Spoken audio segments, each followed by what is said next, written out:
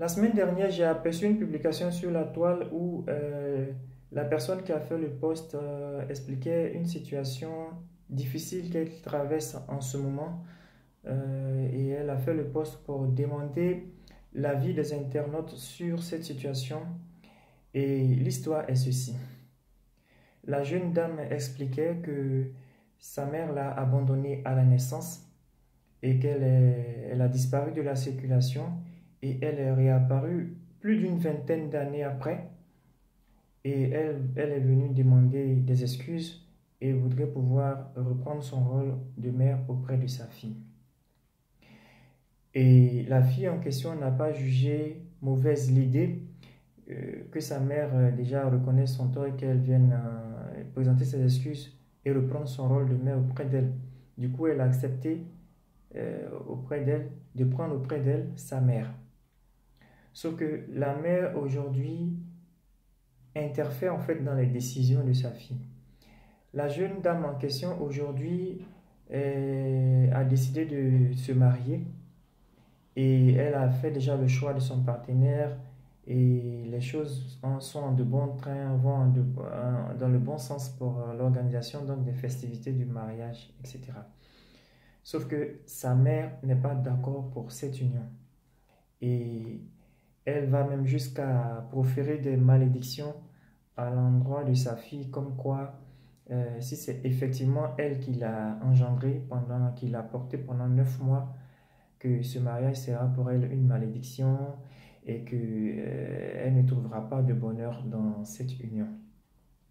Alors, ça soulève effectivement une problématique, ça soulève un débat. Et ce débat a eu lieu effectivement sur la toile où j'ai aperçu ce débat-là. Aujourd'hui, je voudrais pouvoir donner mon point de vue sur cette question. Bonjour à toutes et à tous, j'espère que vous vous portez bien. Je me nomme Kwaku Ali et ici j'interviens pour donner mon avis sur ce sujet très important du rôle de la mère et du père auprès de son enfant. Voilà, et je dirais même qu'il y a une différence entre le rôle du père et de la mère auprès de son enfant par rapport au fait que, en fait, il faut plutôt un rôle de papa et de maman auprès de son enfant. Je m'explique.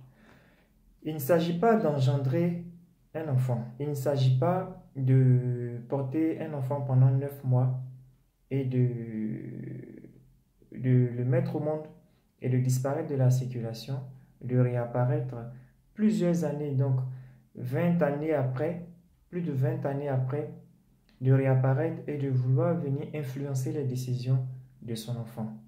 Ça ne marche pas comme ça. Ça marche difficilement parce que il n'y a pas eu de lien que vous avez développé avec votre enfant durant toutes ces années-là.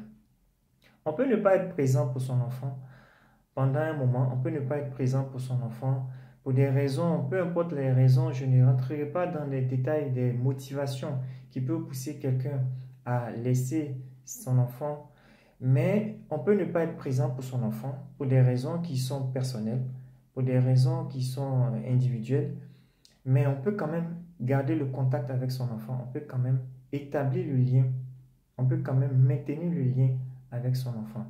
Et c'est le maintien de lien avec son enfant qui fait que l'enfant va vous reconnaître en tant que papa et non père, en tant que maman et non mère. Parce que pour moi, il y a une différence entre papa et père. Il y a une différence entre maman et mère. On n'est pas mère, ou du moins on n'est pas maman qui veut, on n'est pas papa qui veut dans la vie d'un enfant. On est maman et papa dans la vie d'un enfant lorsqu'on a réussi à établir un lien avec son enfant, un lien affectif, un lien d'éducation, un lien d'encadrement, un lien de repère pour son enfant. On n'est pas papa de son enfant comme ça, ex nihilo. On n'est pas papa de son enfant comme ça parce qu'on l'a mis au monde. Non, on est papa de son enfant parce qu'on a réussi à établir un lien avec l'enfant et l'enfant est fier de vous appeler papa ou de vous appeler maman. On est mère, on est père de son enfant parce qu'on a engendré l'enfant. Il n'y a pas de souci. Et là même, c'est reconnu dans la société. L'enfant va porter votre nom, il n'y a pas de souci.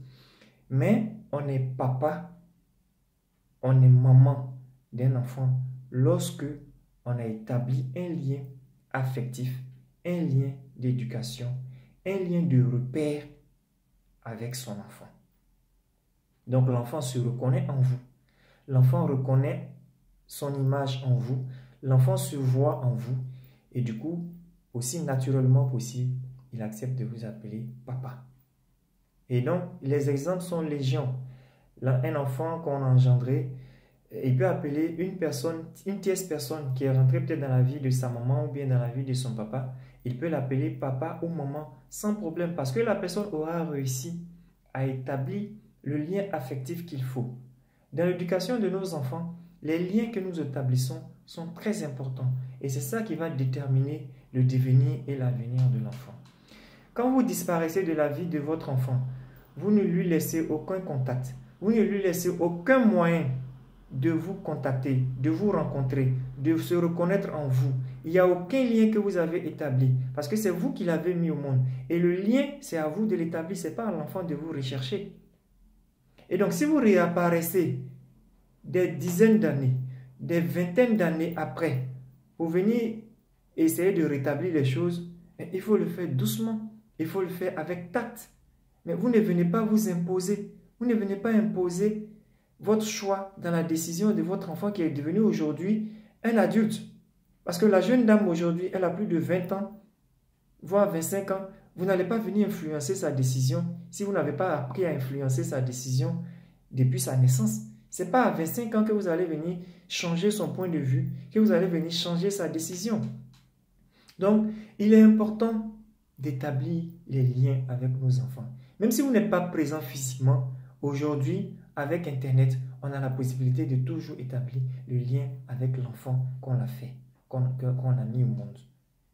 Ne faites pas vos enfants et les abandonner et revenir 20 années après et espérer que l'enfant vous aime, ou bien espérer que l'enfant vous vénère, ou bien espérer que l'enfant se jette à vos pieds parce que c'est vous qui l'avez mis au monde. Il ne s'agit pas de ça. Et nous, en tant qu'éducateurs, on dit toujours que l'enfant se reconnaît à la personne qu'il a éduquée.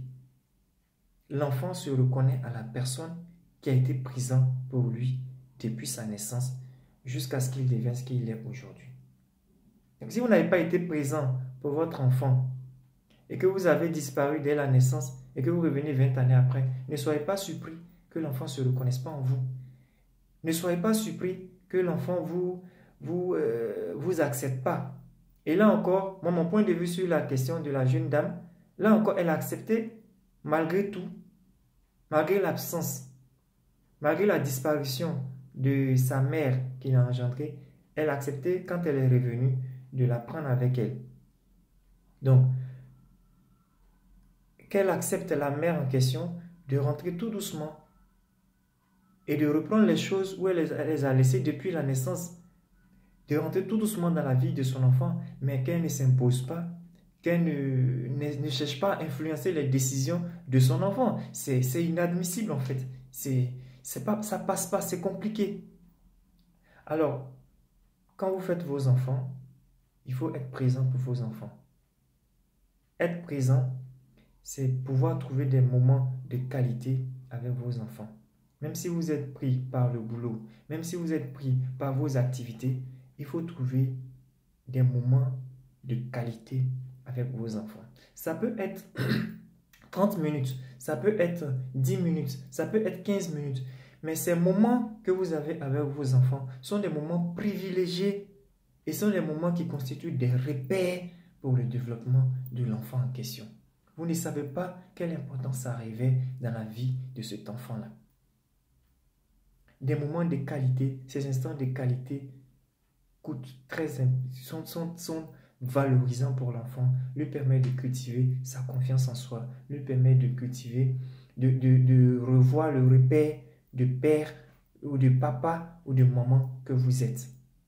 Donc je vous encourage chers parents, je vous encourage à toujours maintenir le lien avec vos enfants. Quelles que soient vos préoccupations, quelles que soient vos activités, quel que soit ce que vous faites dans la vie, quel que soit le temps qui vous manque, que vous n'avez pas, mais si vous avez juste 10 minutes, 15 minutes, 30 minutes avec votre enfant, il faut que ce soit des instants de qualité. Il faut que ce soit des moments de partage. Et il faut que ce soit des moments d'amour partagé que vous donnez à votre enfant. C'est très, très important pour l'enfant, pour la construction donc de l'humain que vous souhaitez pour votre enfant. Voilà. Donc, voici un peu mon point de vue sur la question. Je vous remercie d'avoir suivi cette vidéo. Je vous encourage à aller sur notre page. Vous tapez Kwaku Ali officiel sur Facebook. Vous allez trouver toutes nos vidéos que nous développons sur différentes thématiques d'éducation, de premier secours, d'éducation parentale. Vous pouvez liker nos vidéos, vous pouvez les partager et vous pouvez laisser des commentaires. Surtout, laissez des commentaires sur ce sujet-là qu'on a développé aujourd'hui. Et nous ferons fort de continuer les échanges avec vous. Vous avez certainement un point de vue différent sur la question. Il est important pour vous de laisser un commentaire et ensuite nous ferons la discussion. Si vous voulez qu'on nous discutions aussi sur d'autres thématiques que vous souhaitez, n'hésitez pas à laisser en commentaire toutes ces thématiques. Vous allez aussi sur YouTube, vous tapez Kwaku Ali, vous allez nous trouver, vous allez voir plusieurs vidéos que nous avons développées sur différentes thématiques, notamment les premiers secours, que nous vous encourageons donc à vous faire. Nous vous encourageons à vous former au premier secours. Pour cela, vous pouvez nous contacter. Nous allons laisser notre adresse dans la description donc, de cette vidéo et vous pourrez nous contacter sans souci. Nous avons des partenaires un peu partout.